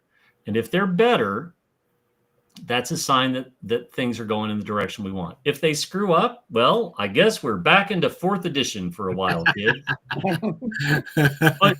but I think we're seeing the things we needed to see, which is we're trying to repair all the bridges. Like the next big statement, like the thing I want to hear between now and the end of the year is that Joe has gotten permission from WotC to go ahead and release the D&D documentary that he paid for out of his own pocket. He gets that tells me that we're back into a whole new territory. And that's it. And Rob's like, okay, do your own project. If I do my own project, it's going to piggyback on a system. It might be D&D, but it probably wouldn't be because D&D doesn't give me what I want. Right. I have a couple of great ideas, but Rob, really and truly, it's not Call of Cthulhu that sold thousands of copies of players' handbooks, monsters manuals, and dungeon masters guides. 5th edition was a monster, an absolute monster, and it was unsustainable. You can't have those levels continually. But all of those kids that came in for 5th edition, they did exactly what we did in the 80s, right? We all came in with BECMI, or Holmes box set. We got the hardbacks. We did our thing for a while. We burned that torch brightly. And then we discovered things like Call of Cthulhu, right? I can remember getting the 2-inch box set and just being absolutely amazed by it. And this is what I really, really want. You don't want them to burn to the ground, right? Somebody just said, I want WotC to D&D to burn to the ground. Let it lie foul. You know what? That's not going to happen. And if that happens, that's going to hurt your friendly local game stores, because yes, there is a thriving third-party market right now. But if WotC goes under, if Hasbro decides to kill it off and let it be, that's going to be years that we don't have people going into hobby shops. Every hobby, and I don't care what it is. I don't care if it's role-playing. I don't care if it's model trains. I don't care if it's toy soldiers. I don't care. Fishing, golf, whatever. You have to have an entry point for new people in the hobby. You have to always have new people coming into the hobby. Like the model train guys, you think our hobby has grayed. It's a lot less gray now than it used to be. But I got news for you. Go to a model train show. This will make you sad, even if you aren't into model training, right? Because you got guys in wheelchairs. You got guys selling stuff they've been lugging to the same show for 30 years. And it's depressing. It's sad. It's awful. Hobbies die because nobody new gets into them. And we absolutely have to have new hobbyists because they go through the same life cycle that we went through. And none of what I'm saying is a mark against the OSR, against third-party projects, against individual games. I have a long record on this show of praising all of this. I do. But we need a healthy WotC, and we need a healthy... Look, running North Texas, and Jim and Eric go to conventions also. There is a ton of people who started at 5e and they moved to the OSR because that's like you just said, that's the gateway drug. They get in, they play 5e, then somebody says, there's another version of D&D that's older. It's a lot tougher. You can die really easily. Really? I like tough things. I play my games on the hard setting. I like it when things are rough. Oh yeah, you don't get this and that. You don't get 6 saving throws before you die. And really, I'm interested. And these people, a lot of them go on to the OSR. I've seen it. I've seen it happen in North Texas. I've seen it happen at other conventions. People start out playing WotC 5e, and they end up they're playing Shadow Dark. They're playing Dragon Slayer. They're playing something else. Right. And Joe Block, right? God bless his heart. Joe never touched, a week or so ago, Joe didn't touch on the hot rail of collectibles versus open it and play it. Because we are on very different sides of this discussion. Joe thinks that anything on a shelf that's in shrink should be ripped open and played, and doesn't understand that. But give Joe full credit. He's the first person on this show since I started coming on here that actually spent some money to try to grow the hobby by commercials targeted and is measuring the results. And there's no one, not Watsy, not Goodman Games, not nobody. There's nobody, right? I was going to go through a litany of it doesn't matter. Paizo, nobody. Nobody is spending money and just trying to see if it works the way Joe Block is. And I give him full credit for that, right? It doesn't have to be a raging success, but if he grows it somehow in a unique and interesting way, if he gets people, and he's figured out how to see the people that are coming to him from the commercial, if it works and he covers these costs and he creates, let's just dare to dream 50 new hobbyists or 50 people that were D&D, that were knowledgeable about D&D, but wanted to try something else. If he gets 50 sales out of that and covers his costs, that's more to creating new hobbyists for his slice of the pie than anybody else. Because that's it. The only other way to grow it is to go to stores, go to cons, run your games, put people at tables, give them an idea of what your stuff's about, and then painfully listening to the feedback, because if your game sucked, the people are going to tell you and you need to make changes. And Ben Burns, right? Ben Burns ran a really interesting Call of Cthulhu game at North Texas that I participated in about 3 years ago. And at the end of it, he was like, "What do you think?" And there was a lot of, "Oh, it was perfect." And, "Oh, it was," and I just was like, and I sat there and Ben and I had a great chat about it. And I was like, "You have this MacGuffin and you have this, and this didn't work. And the whole party was stuck here. And this seems to be a problem." And he goes, "Yeah, I know. I haven't figured out how to fix that yet." You might want to do that, but you have to have that two-way, because the only other way to get people is like Joe's trying, which is sort of commercial one-to-many. And your success rate is going to be very, very weird. Very, very, it's one-way communication. So I don't know. Yeah, we had a lot of feedback in the chat. I know the comments are now like, "Kitchen's insane." No, it's just anytime you bring this up, is you have different ideas. But like I said, I've seen it happen. Look, you can people can start out playing an orc barista, and then they can see, well, I like this game, but I don't know about oh wait, I want to play an orc fighter, a guy that has a big ass sword. He's going to cut people in half. The OSR lets you do that? Well, hell yeah. I want to try this OSR. Yes. I hate rules. We have one-page rules. Oh my God, right? There's that guy. Do I have to be a barista? No. You can be a bloody barbarian and cut heads off. I'm sold. That's the game I wanted to play. They were making me play the barista. I didn't want to play that. Yeah. No, you believe me, you can start out with 5e and still get involved in the good stuff. 45 years ago, we were talking about Dungeons and Dragons, either because we had seen something on TV, i.e. Guy in the Steam Tunnels, or the way we heard about it was word of mouth about D&D. Hey, you went to go visit family. You traveled somewhere, my grandmother's sister's son, he was 5 years older than me. He had never heard of Dungeons and Dragons except peripherally. And the summer that we went to go visit them for a while, I went to something to do in Bashford Manor in Louisville, Kentucky, and I got a copy of Awful Green Things and a couple of D&D modules.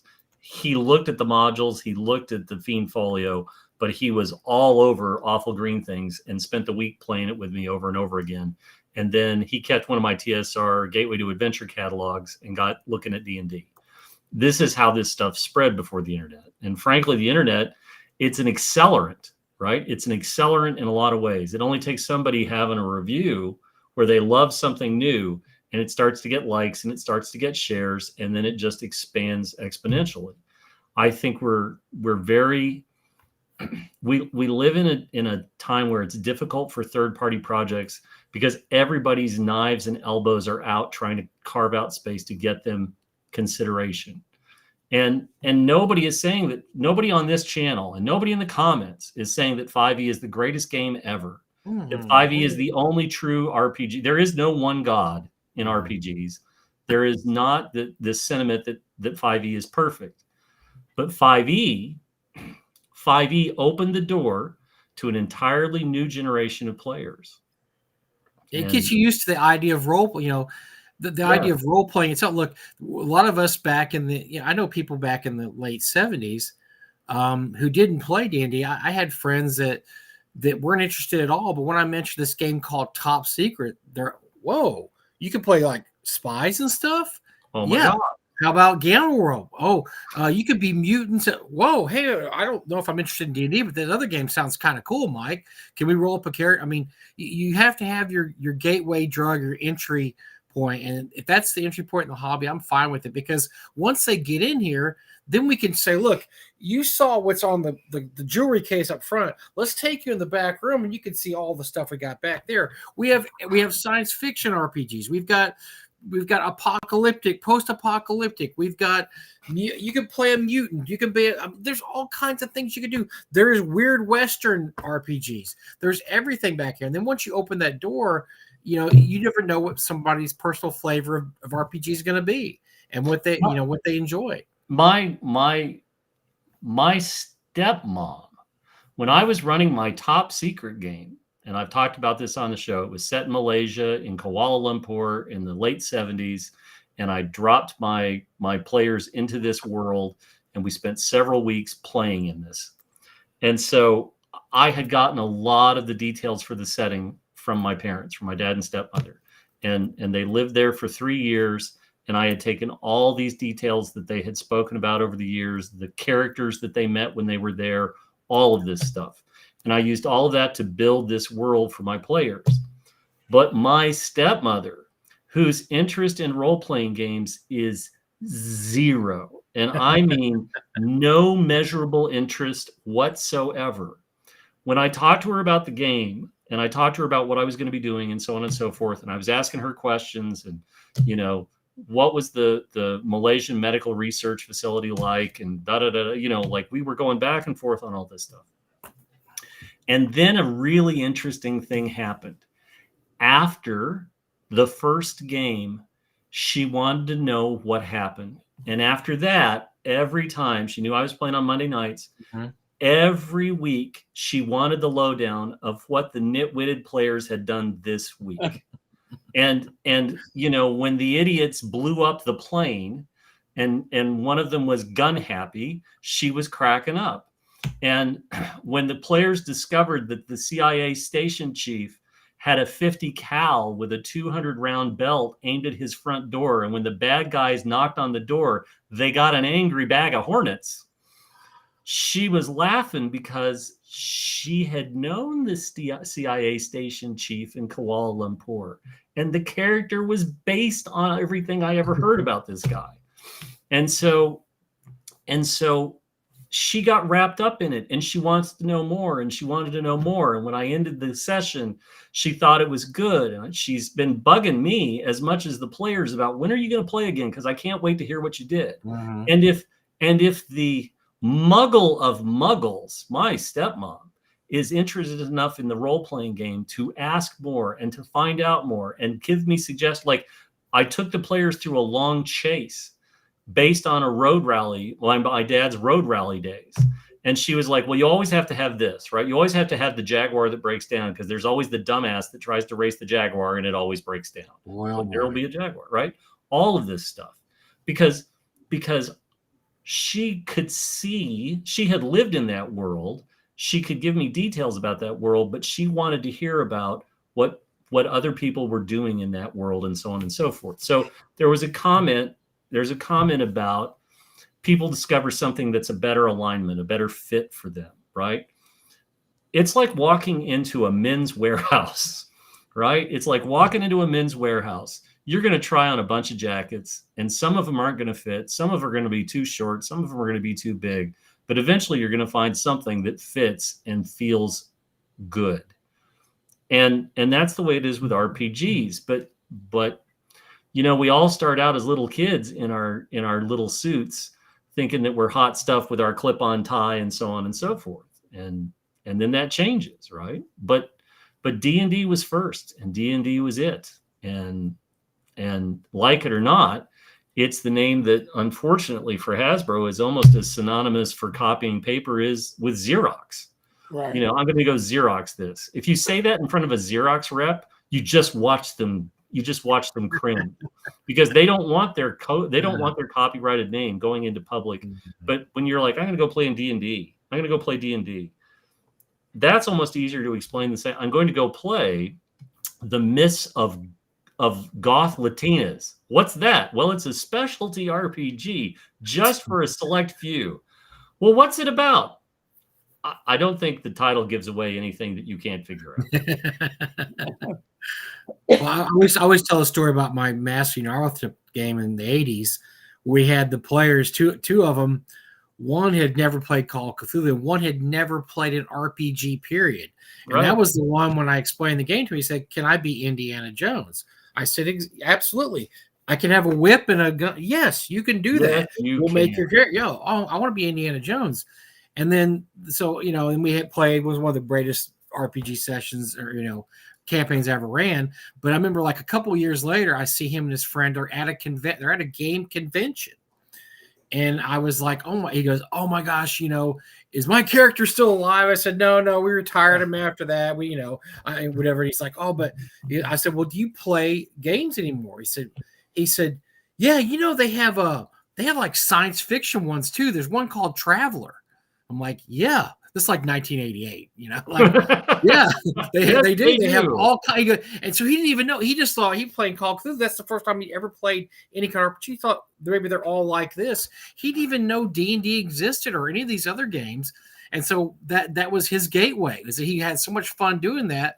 And then, you know, he's probably like I said, the kind of guy who wants to play Indiana Jones. I bet he wanted to play Luke Skywalker or whatever. So, so he got a science fiction game, and he's look at that. We talked about Joe Block, and he magically appears in the comments. He was summoned. This is just perfect, right? So maybe Joe will give us an update in the comments about how his commercials are going. But yeah, Joe, you should know we were literally just singing our praises of you just a little while ago. Put his money where his mouth is. He did a thing. He did a thing, and that's right. We're going to see if that thing works. It's kind of cool.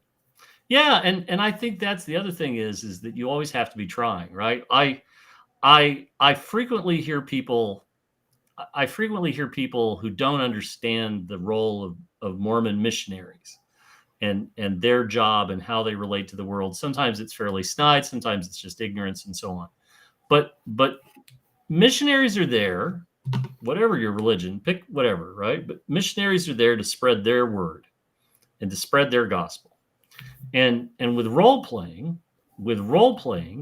you have to do that. You have to talk about that. You have to talk about your hobby. You have to talk about the good. You recognize the bad, but you try to put the bad behind you and you move on.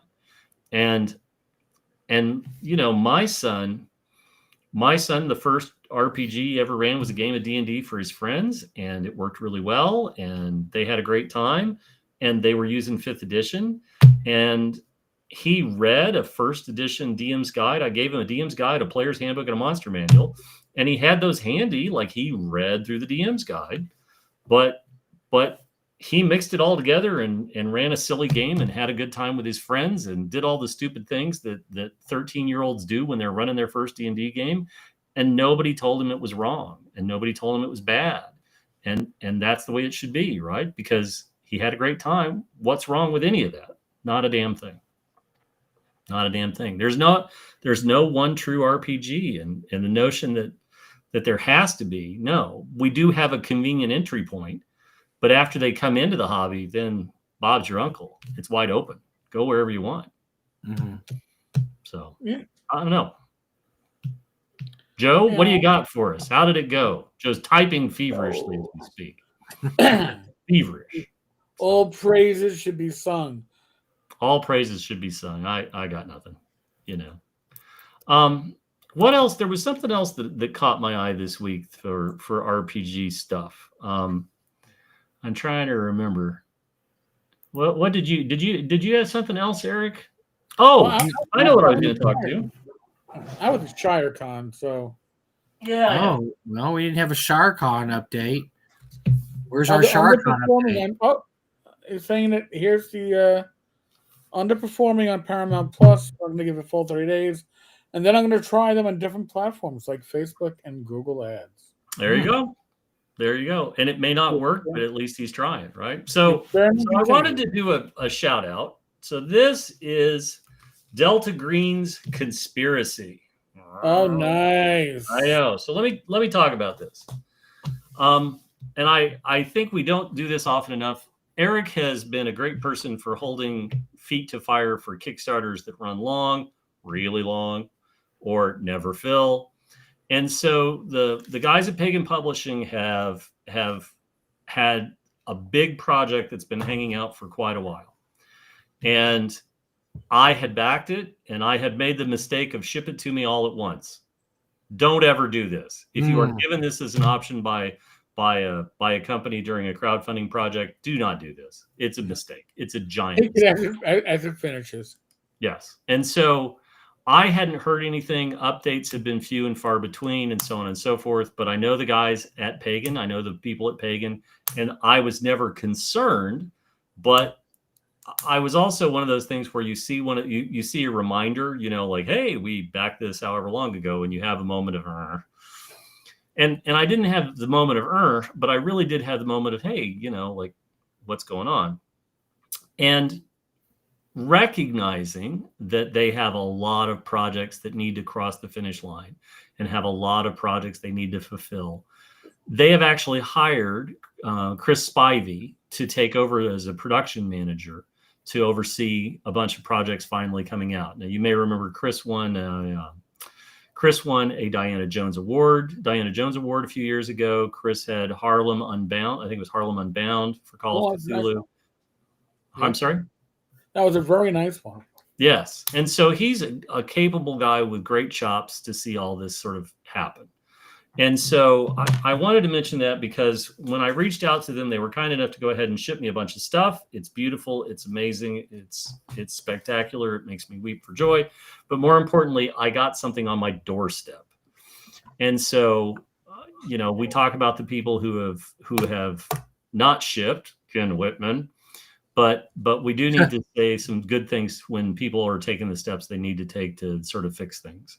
And so Pagan Publishing and Shane Ivey in particular, thank you very much. Great job, guys. Well done. Well played. Yay. Positive news. Something positive.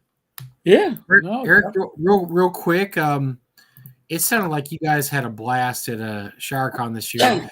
So what was the situation? Did you end up having the giant suite to yourself, or did I you have a 2-bedroom Airbnb all to myself? And by the way, my voice is still like I'm reaching that point when my voice starts giving out. I DM'd 2 games.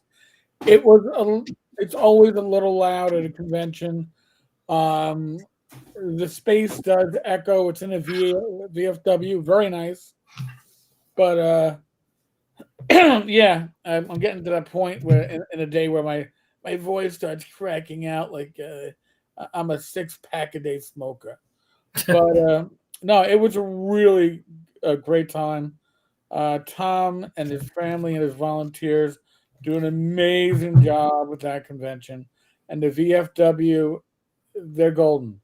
They really they accept us. We accept you, one of us. It literally you feel like you're not intruding, that you're part of it, and that was really nice. So I think it was really good. Tom is toying with the idea maybe of adding a half day on Sunday, which I think would probably be a good deal. I think so. A lot of people cut out like midday Saturday because it wraps up Saturday. Nobody wants to go home at 10 o'clock if you're living local.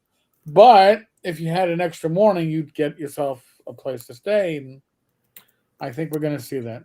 So we shall see. Me, I like to stay over Monday night most of the time, so that would be perfect for somebody like me.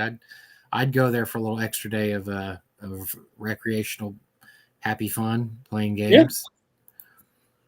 Yeah. What is recreational happy fun? I didn't realize that was an option. Oh yeah, Always an option. Always an option. So, sorry. So I did want to say Game Hole is coming up. We're a few weeks away from Game Hole. I'll be at Game Hole.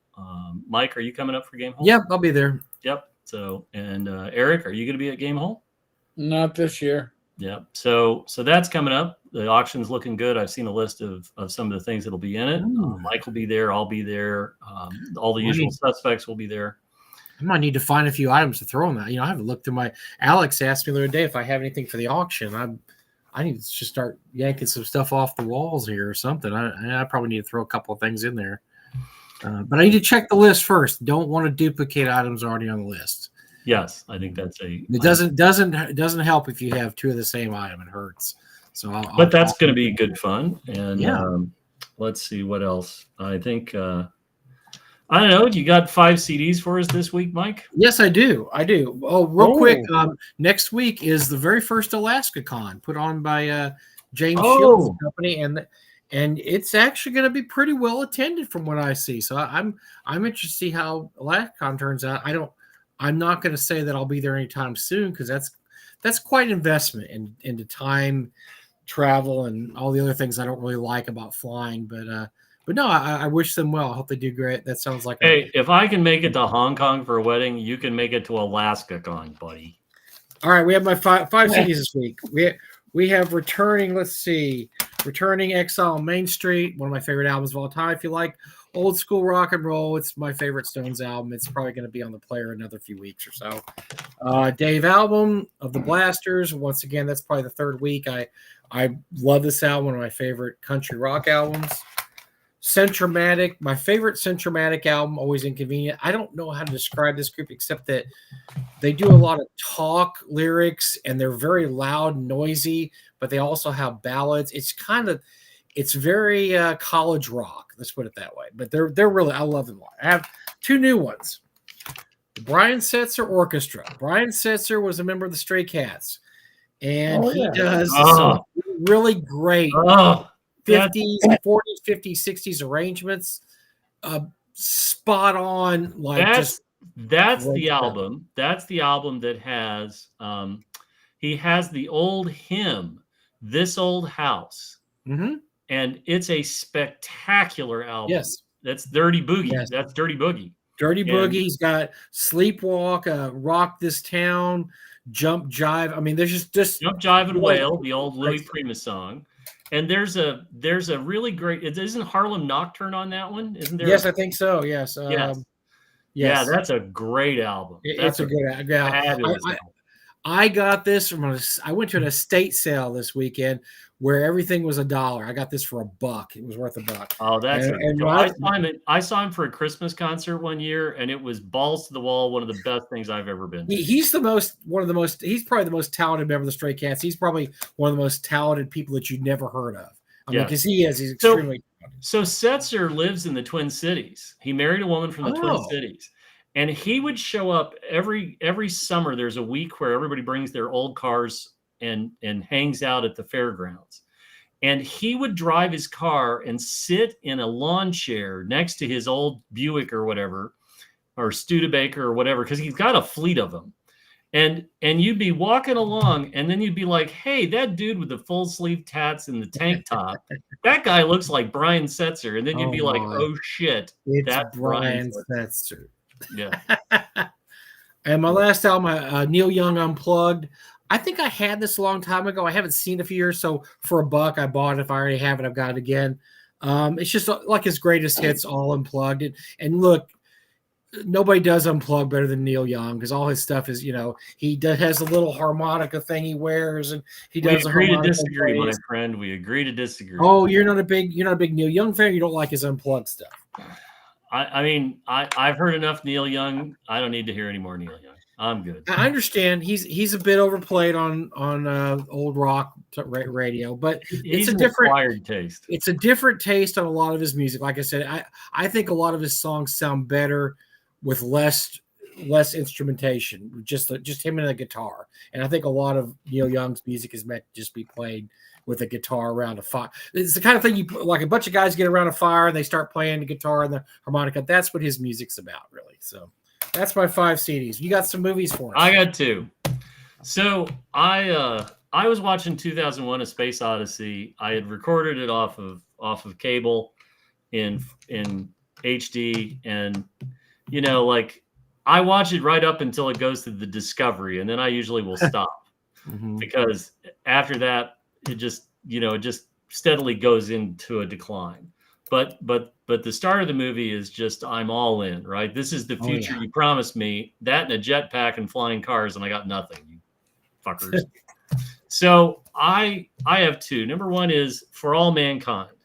So if you haven't seen this is actual footage from the moon, from all of our moon landings. This came out on DVD 20 odd years ago.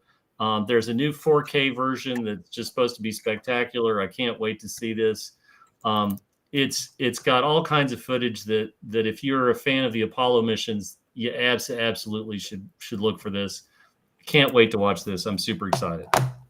And then the other is the new 4K Yojimbo and Sanjiro.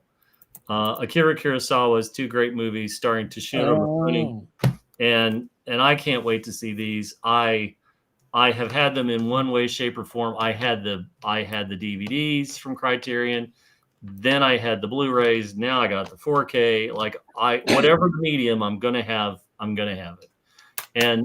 And my God, I have a problem, right? Like I have way too much Japanese samurai. Like I've got the samurai trilogy. I've got all the Kurosawa stuff. I have the entire collection of however many movies it was for Satoshi.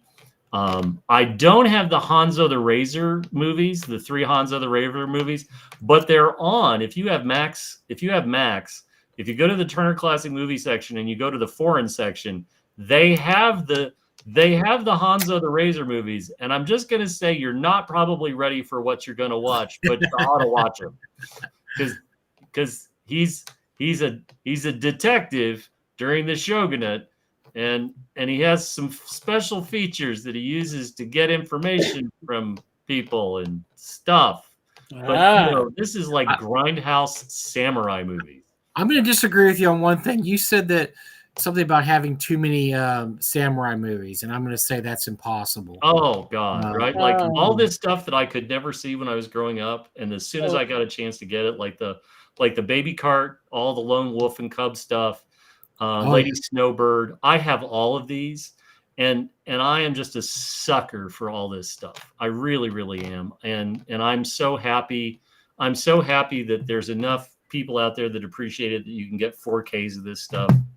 The Zatoichi box set, Jesus, that was like a month and a half of unbelievably great samurai stuff. I'd watch one a night and I was thrilled, absolutely thrilled. So if you like this stuff, if you're interested, you should.